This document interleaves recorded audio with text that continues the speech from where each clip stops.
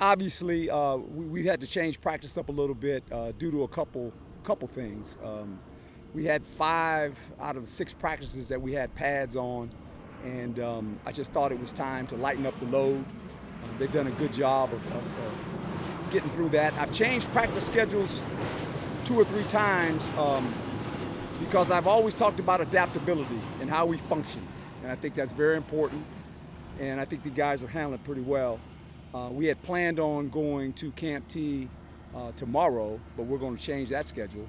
And the fact that there's a monsoon, and the last time I checked, they don't have one of those, so that wouldn't do us any good. So we're going to stay here. We're going to go in the stadium and simulate somewhat of a game-type atmosphere for these guys. But I think for the most part, we've got some nicks and bruises. That doesn't surprise me going into training camp. If you look around the country right now, and I don't pay attention, but I've been told that there are a lot of teams kind of similar like us. No one had training camp last year, so everyone's kind of going through the nicks and bruises of it all. Lole, right now, will get surgery on Tuesday, and we'll see where that's at. He's got a tricep. We don't know the severity of it, but it doesn't look good. I'll say that. And other than that, we've basically got some nicks and bruises. And we can get through that as we get into next week. I think that's the critical part for us next week. We're about 20 days away from playing. And so they've been grinding, and they've been asked to do a lot, and they've handled it pretty well.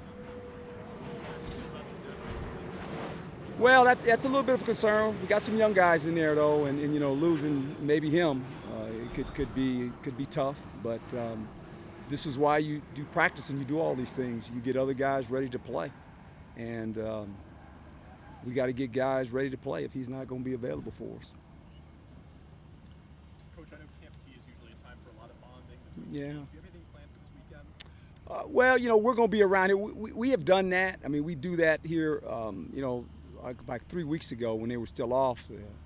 They went to the baseball game. So there's things that we do as a team, collectively.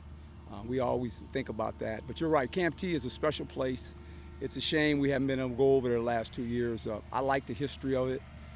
I think walking the mountain, what Coach Cush had in mind, around the bonfires, guys talking about their lives, where they came from, and how they got here. That's important. But our team does a pretty good job. We do a lot of things team-orientated, where we have a lot of bonding, so that's part of it. But we're going to miss it. And, you know, we got a good fan base up there as well. Those guys put in a nice practice field for us, and it would be nice to get up there, and maybe next season we can do that. Herm, with Donnie Henderson, on terms of the old school meter, how high does he rank there? Well, you know, old school, new school, I've always said this, just be the right school when it comes to coaching. And he's a really good football coach. And he's got a lot of history here, too. He was here on the staff, you know, before I was, obviously, coached here. Donnie was in my training camp when I was an Eagle. Didn't make the team, but I remember him. He asked me all the time, you remember me? I said, yeah, I remember you a little bit, you know. And then we became friends, and then obviously he was my coordinator in New York. I was able to hire him, but Donnie's a fantastic football coach. What's the status of Tommy? Tommy's fine. Tommy's fine. Yeah, he's okay. He's good. Where have you seen Jaden Daniels, I guess, just early on this season? Where have you seen him grow the most in terms of leadership and ability? Well, you know, Jaden is one of those guys that doesn't talk a lot. Kind of like Vinny Testaverde when I had Vinny, right? Vinny didn't say a lot, but when he talked, everybody kind of listened. And Jaden's that way. He's getting more comfortable doing that. But I think it's more of his actions, how he goes about doing things, and I think he's done that this offseason with a lot of the receivers. I think the last 2 practices, and even this one now 3, he's starting to stack some pretty good practices together. And I told him early, I said, look, you got to get comfortable with these receivers. And I know they're new and all that, but they're starting to get comfortable. You can see our offense all of a sudden starting to get going. They were slow out of the gates, which generally happens in training camp. And now they got a little bit of a flow going, which is kind of fun to watch. If you had to compare the relationship of a quarterback with a receiver, what would you describe it as? Similar to the head coach and the quarterback, really. You know, as you guys know, I talk to Jaden every day. He's in my office every day. It's not a day he misses. not being in my office. And I think it's the same way with the receivers. Collectively, when you leave the meeting room, it's not over. You know, when you watch tape, when you go out here in the pregame warm-ups, when you're in stretch, all these things, they're constantly communicating, and we have a core of receivers we think can be pretty good. What have you seen from Norman Lott this preseason? You know, Omar's done a really good job. He has some quickness and has great agility, you know, and he's a powerful guy. And so he needs to play well for us. He really does. And he has some things that when you watch on tape, he's pretty natural as a rusher. You know, all of them all those big guys inside, they all think they're like Warren Sapp. They're going to get 16 sacks. That's not happening. I was just with Warren, actually, at the Hall of Fame. But I go, you guys don't have to be Warren Sapp, but just, you know, just kind of muddy it up every once in a while. And when you get a one-way go to beat somebody, beat them. And so he's got this spin move he likes. And I told him, that's fine. I said, but you can't start spinning in the B gap and all of a sudden be in the far C gap, because then the quarterback runs out of the pocket. Yeah, coach, he spun one last night and he spun, and next thing I know, he was out there by the end. I said, you can't do that. And then Jaden stepped up in the pocket and started running. I said, that's your gap, man. So don't spin 3 gaps out of the way. But he's a much improved player. There's no doubt about that. You talk about a spin move, though, and Benjamin might have a chance to get some reps tonight. How exciting would it be for him? I'm excited for Eno. I really am. And that's what he needs. You know, last year was tough on those guys because there was no training camp. No really preseason games either, really. So I think now they're getting preseason games, and I think they like Eno. And he'll flourish. I mean, he's got a chance in that offense. There's no doubt about that. So, Herm, if you look at this week, the offense almost seems like a different unit compared to last week. What do you attribute the turnaround? The consistency of it, and just, you know, when you play with the ball, a lot of parts have to move right.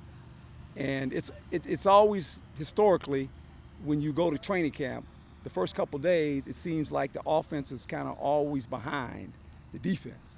And then all of a sudden, the offense starts catching up because, you know, they're installing plays and all this. Not saying the defense is not, but our offense, because of formations, personnel groups, a bunch of new guys at the receiver core, you could see it.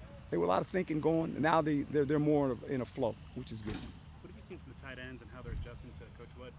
Well, Coach Wood has been in all the meetings, and the tight ends have done a nice job. And Coach Wood he's an excellent football coach. You know, he was interviewed for that job as well.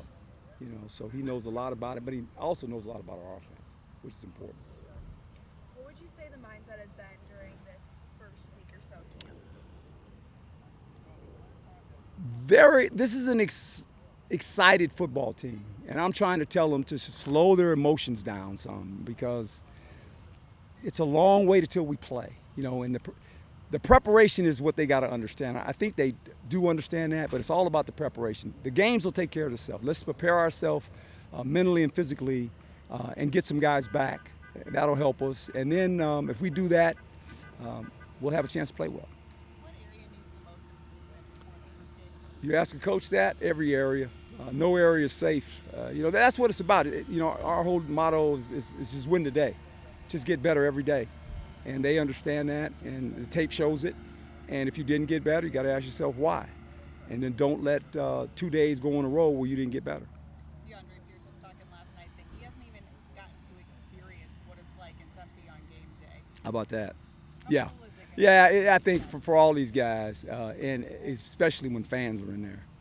And I think our fans are excited, and we've got a great fan base. I think they're excited about coming in the stadium. I'm excited about seeing them again, too. It's a fun atmosphere. Hey, Coach, with the focus of camp and team camaraderie, how do you keep everything focused on football and keep that outside noise outside of where it is? We've always done that. I think the players, you know, they take my lead on that. They get where I'm coming from, and as long as they know who to listen to, and they've never lost focus on that. And I've always kind of make it real simple for them. Say, this is the deal. You know, the world is noisy, and you can't listen to the world. You got to listen to the people that you're practicing with, and the coaches that are coaching you. And it's about football, and that's all we talk about is football.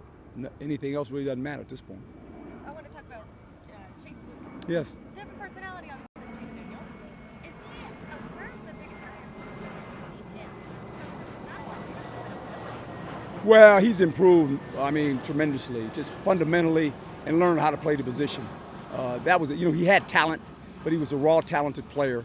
And when I first arrived here, I mean, you know, he was one of the first guys to greet me. And I told him, I said, hey, look, we got a chance to do something really special with you. And he understood that, and I coach him, you know, there's no doubt. I coach all of them. I'm in the room every once in a while, or I'm on the field with him. But just to watch his development from our first year here to right now, he's become a team captain, a spokesman, still a very excitable guy, plays with a lot of energy, and has earned the respect of this football team. And it's just fun to watch him grow as a football player. What does John Stivers bring to that tight end room? You know, bringing a Harvard grad. Yeah, well, no errors.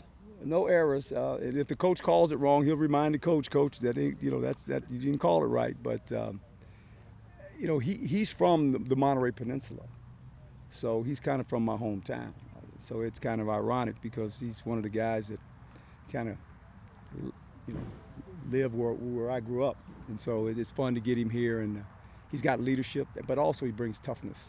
He's tough. He's a tough football player. Kind of the guys who embraces that kind of. Oh yeah. There's no fair dodging. There's not a lot. Okay, this is the way I'm going. You know where he's headed. He's going to make a collision. There's no doubt about that.